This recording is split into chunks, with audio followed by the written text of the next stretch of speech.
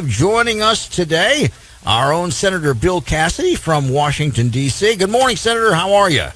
Bill, I am doing great, man. How are you, buddy? Well, I'm good. I'm telling you're doing great because you've got a pretty good announcement for Entergy customers, which is probably the vast majority of our audience. Let's start right there. Yeah, the Tax Cut and Jobs Act bill that Congress passed obviously cut rates for individuals, cut rates for companies to hopefully help them create more jobs than many of them are.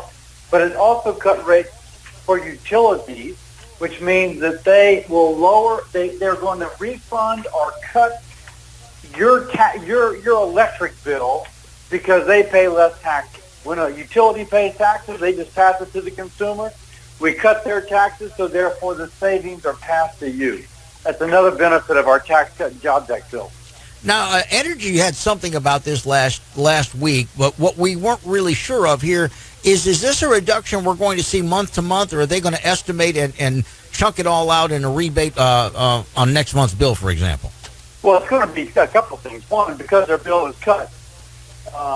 First, for a portion of it, I'm not sure whether it'll be one time or spread out, but going forward, month to month, your electric bill will be less because month to month they are paying less taxes. So it'll benefit, I'm not quite sure of the lump sum, but it's certainly going to benefit your monthly check as well. Well, that's always good news, something that everyone can see.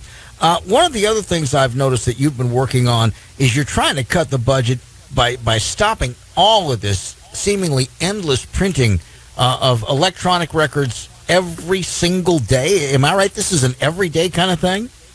The paper records. So, Bill, we got a debt and deficit problem. And there's big things and there's little things. And sometimes people become so focused on the big things, they forget about the little things. But if you take care of the little things, it adds up. What we're doing most recently, we call it the Paper Act. But the federal government just reams of paper every day, which literally no one reads. They recycle it and they do it again. It is just nuts. So what we're hoping to do is to stop at least a little bit of that printing. If somebody wants to download it, they can. But stop at least a little bit of that printing that goes to senators and congresswomen and congressmen. That would save the federal taxpayer about $6 million a year. $6 million? Amount, $6 million. Wow. Not a huge amount, but if you add it to the $3.6 billion we save from another program and the $5 million we save from another program, pretty soon it becomes real money. Yep, I seem to recall a senator from Illinois saying something much to that effect.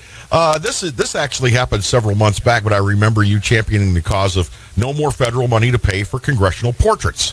And that got passed, and so now congressional portraits will be done, I guess, at members' own expense. How much is that going to save? That'll save about $5 million over 10 years, if I remember correctly. And it's not just members of Congress. It's also, which would be like, for example, the Speaker of the House would get his portraits painted. But it'll also be cabinet secretaries. And people would get their portrait painted.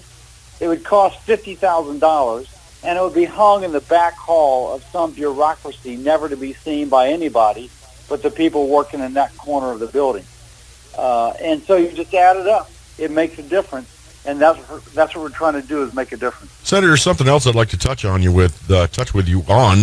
While we've got you, there have been a lot of nominations come up on for the Senate to confirm, and there seems to be a lot of foot dragging going on. How are you feeling about this? Yeah, there is a lot of foot dragging. So what the Democratic Party has done, the Democratic Party hates Donald Trump, and if Donald Trump said turn the air on a hot summer's day, they know we're going to oppose. And so they've demanded the absolute longest period of time to debate any nominee. Under the rules of the Senate, that can be up to 30 hours. So you debate somebody for 30 hours, and then that person, you never talk about them. You just delay the vote for 30 hours, and then the person wins the nomination 96-2. So clearly he was going to be nominated. But by, as you say, foot dragging, you stretch it out, you limit Trump's ability to get more judges appointed, others appointed. You hopefully, from their perspective, slow down Trump's agenda. I'm saying it's going to hurt the American people because Trump's trying trying to do good things for the American people. Well, and again, I know that you are very circumspect about looking at the price tags of this. If you take these nominees and you know they're going to pass, but you tie it up and it takes more and more time, there's a dollar cost associated with that. There's a dollar cost and a life cost. Chuck Schumer put a hold on the fellow that was going to head the National Railroad Commission administration.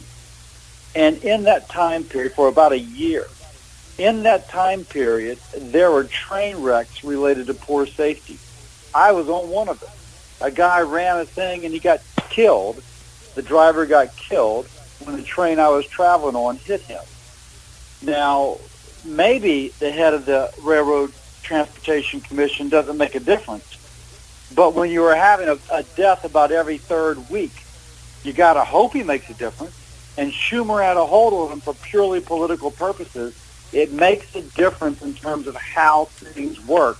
It's a shame that they're doing this. Before we let you go, Senator, I want to talk to you about the legislation that you are sponsoring to award Steve Gleason the Congressional Gold Medal in recognition for his work with the Gleason Initiative Foundation. Can you tell us a little bit more about that? Yeah, Saints fans remember Steve Gleason, the guy that blocked the punt first game back in the Superdome after Katrina. Blocked the punt. It's recovered in the end zone. We beat Atlanta. There's a statue of him in front of the dome. Now he has Lou Gehrig's disease, ALS, and he can't talk, and he's in a wheelchair and needs help to do everything.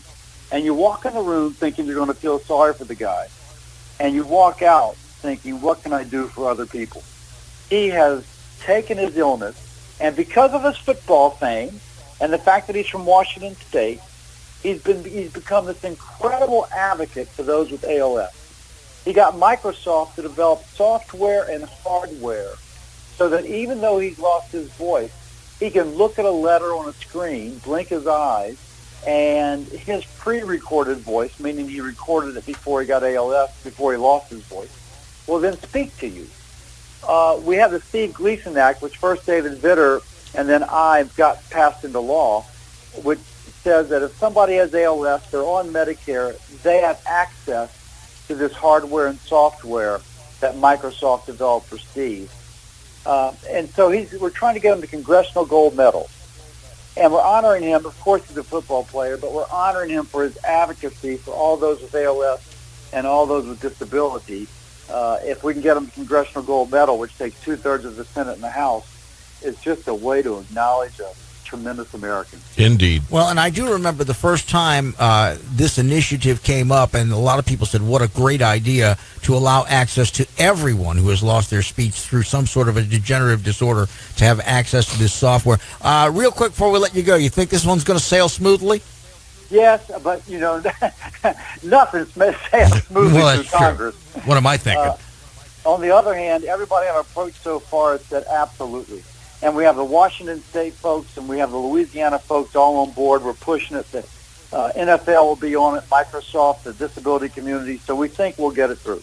Senator Bill Cassidy, always a pleasure to visit with you. We look forward to having you back on with us sometime in the near future. Thanks so much for being here. Thank you, gentlemen. You bet.